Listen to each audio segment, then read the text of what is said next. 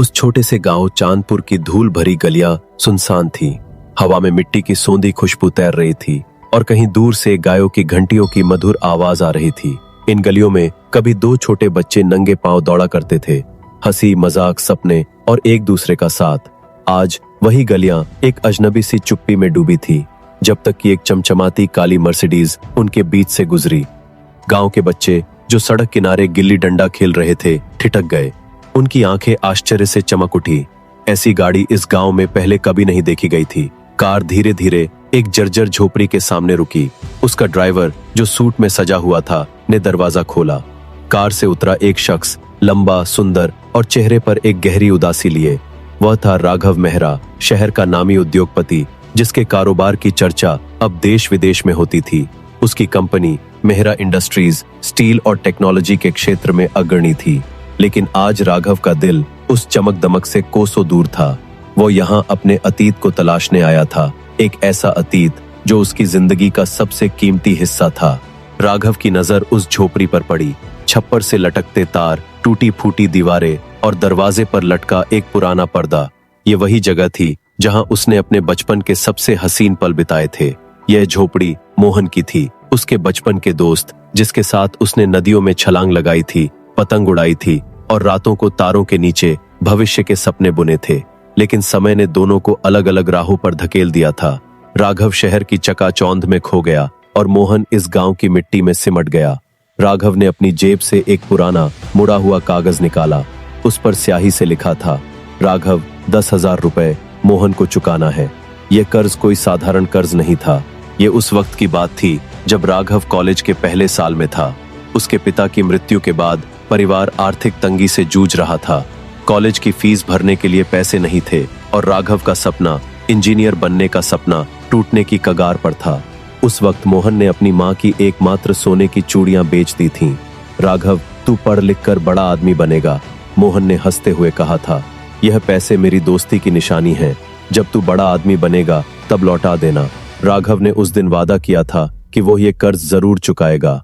आज राघव उस वादे को निभाने आया था। लेकिन ये सिर्फ पैसे का कर्ज नहीं था, ये दोस्ती, बलिदान और विश्वास का कर्ज था। उसने जेब में रखा एक चेक निकाला, जिस पर 10 लाख रुपए की राशि लिखी थी। वो जानता था कि 10,000 रुपए का कर्ज अब महज एक संख्या नहीं था। यह उस दोस्ती की कीमत थी जिसने उसे आज इस मुकाम तक पहुंचाया था। राघव ने झोपड़ी की ओर कदम बढ़ाए। उसके जूते मिट्टी में सन गए, लेकिन उसे इसकी परवाह नहीं थी। उसका मन अजीब सी उलझन में था। उसने सुना था कि मोहन की तबीयत ठीक नहीं है। गांव वालों ने बताया था कि वो बीमार है और उसकी झोपड़ी में अब कोई खास साधन नहीं बचे। राघव का दिल भारी हो गया। उसने सोचा, क्या वो इतने सालों तक अपने दोस्त से इतना दूर कैसे रहा? शहर की भागदौड़ में वो मोहन को भूल गया था, लेकिन आज वो उस भूल को सुधारने आया था। मोहन, राघव ने हल्के से आवाज दी, जैसे डर रहा हो कि उसकी आवाज इस नाजुक माहौल को तोड़ देगी। झोपड़ी के अंदर से एक कमजोर खांसी की आवाज आई। कौन? राघव, तू यहां? आवाज में आश्चर्य और कमजोरी थी। राघव ने पर्दा हटाया और अंदर कदम रखा। कमरा छोटा था, दीवारें नम थीं और हवा में दवाइयों की गंध तैर रही थी। एक पुराने बिस्तर पर मोहन लेटा था। उसका चेहरा पीला पड़ चुका था और आंखों के नीचे गहरे गड्ढे बन गए थे। लेकिन जैसे ही उसने राघव को देखा, उसकी आंखों में वही पुरानी चमक लौट आई। वो मुस्कुराया और उस मुस्कान में वही बचपन की मासूमियत थी। राघव, तू सचमुच आ गया?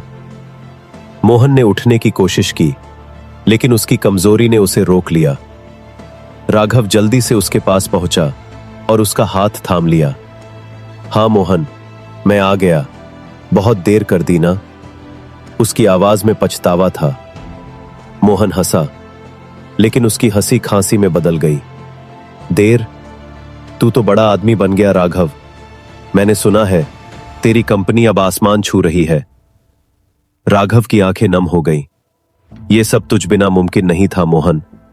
तूने मुझे वो मौका दिया था। मोहन ने हल्के से सिर हिलाया। वो तो दोस्ती थी राघव, दोस्ती में हिसाब किताब नहीं होता। राघव ने जेब से चेक निकाला और मोहन की ओर बढ़ाया। तेरा कर्ज और उससे कहीं ज्यादा। मोहन ने चेक की ओर देखा और फिर राघव की आंखों में। कर्ज? वो तो तू कब का चुका मेरे भाई। तूने मेरे सपनों को सच कर दिखाया। मैंने तुझ पर यकीन किया था और तूने उसे सच कर दिखाया। राघव का गला रुंध गया। उसने महसूस किया कि ये चेक, ये पैसा उस दोस्ती की कीमत नहीं चुका सकता। मोहन की वो मुस्कान, उसका विश्वास और उसका बलिदान, ये सब अनमोल था। उस रात राघव ने मोहन के पास बैठकर पुरानी बातें याद की। दोनों हंसे, रोए और उन लम्हों को फिर से जिया जब जिंदगी इतनी जटिल नहीं थी। लेकिन राघव के मन में एक सवाल बार बार उठ रहा था। क्या वो सिर्फ पैसा देकर अपने दोस्त का कर्ज चुका सकता है, या फिर इस दोस्ती को और कुछ चाहिए?